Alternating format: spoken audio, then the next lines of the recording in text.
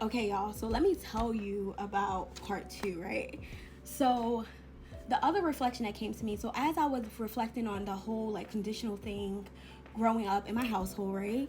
The other thing that came up was I used to have I used to have these friends growing up. So I didn't like my early childhood years, I didn't have a traditional family relationship. I grew up in foster care.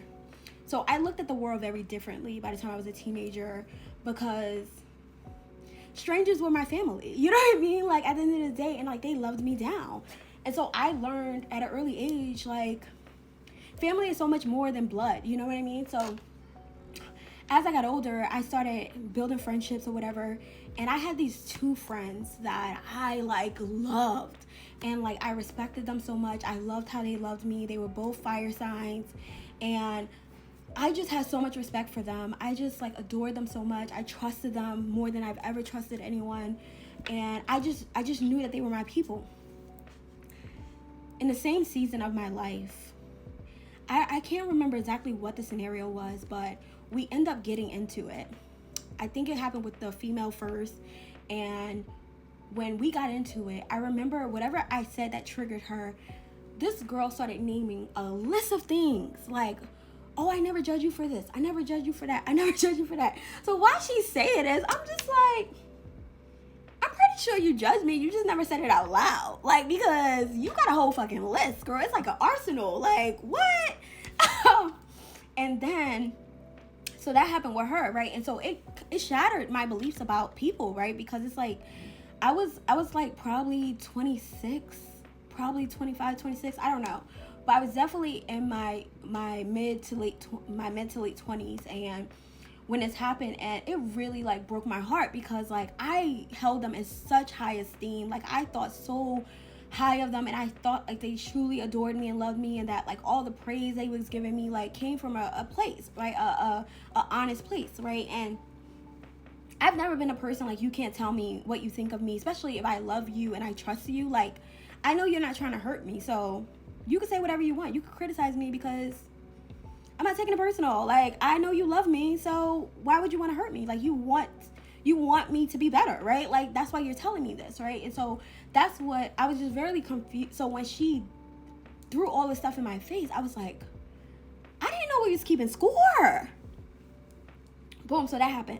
So then very something similar happened with the male, where it's like I can't remember what triggered him, but I remember he did the same thing. Like he had a list of things he like basically brung up to me and threw in my face. And I think that happened like 2-3 years later.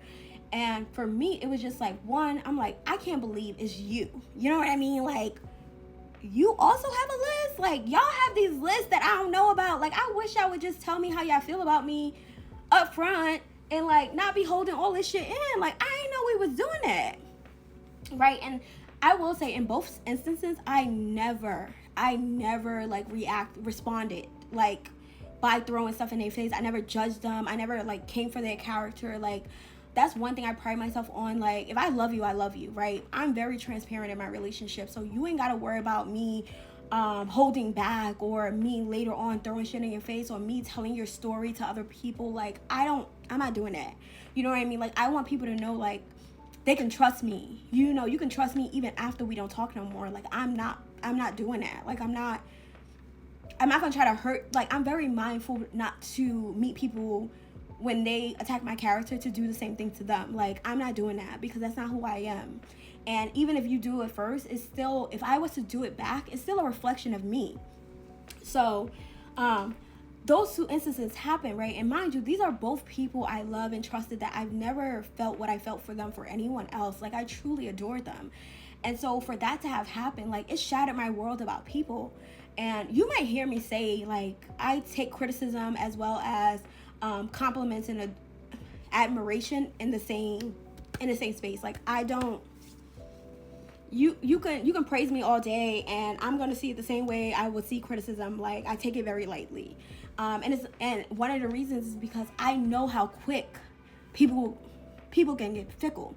I know how quick you might learn the truth of what people feel about you. I know how quick people will seem to appear to turn on you when things don't go their way or when you trigger them. Okay, and so today was just a reminder of just like the boundaries I've created, or the rules I've created, or the way I started to move in life due to those early experiences, you know? And I was just so like in awe. Like, I'm so proud of the woman I've become, and I'm so excited for what else is in store. And like, legit, like all that I became over these years just makes sense in like the bigger picture of things. And like, you know, it makes sense now why I give from my heart, and I will never like give from a place of attachment. Like, if I'm not giving because I truly want to give, I'm not giving.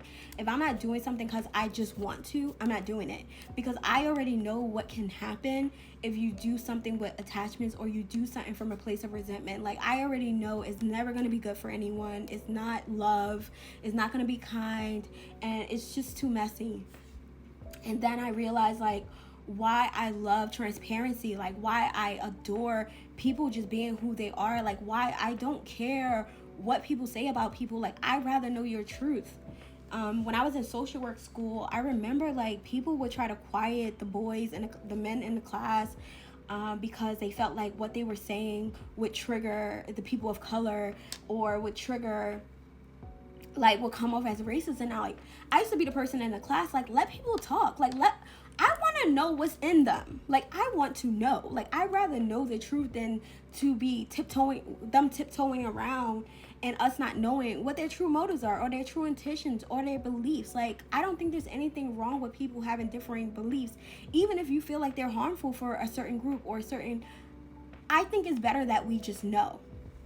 And that's why, like, you know, I'm not really into politics or anything like that. But, like, even when Trump was in office, like, what I appreciated was that, like, you got what you got. You know what I mean? Like, he wasn't a politician. He was a human being. And, like, I think we need to see that truth. I think we need to see that there are people out here like Trump.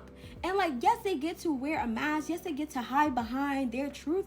But what happens when their truth is exposed? What happens when the truth is in front of us?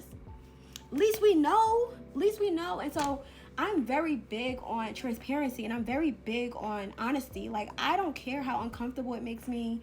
I don't care about any of that. Like, I care too much about the truth. I care too much about people authenticity, like, to be so concerned about my feelings. Like, yes, I know that things can be harmful, and I know that everybody don't like this perspective, and people would rather people be professional. Nah, fuck that. I'm not that girl. Like, I want to know everything.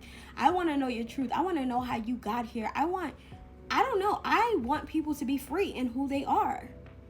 We all get to be free in who we are, even if other people don't like it. Like, that's just what I feel. And I think a big part of that came because, like, I was always being authentically me. I was always showing my truth, even when it was messy, even when it was chaotic, even when it was embarrassing.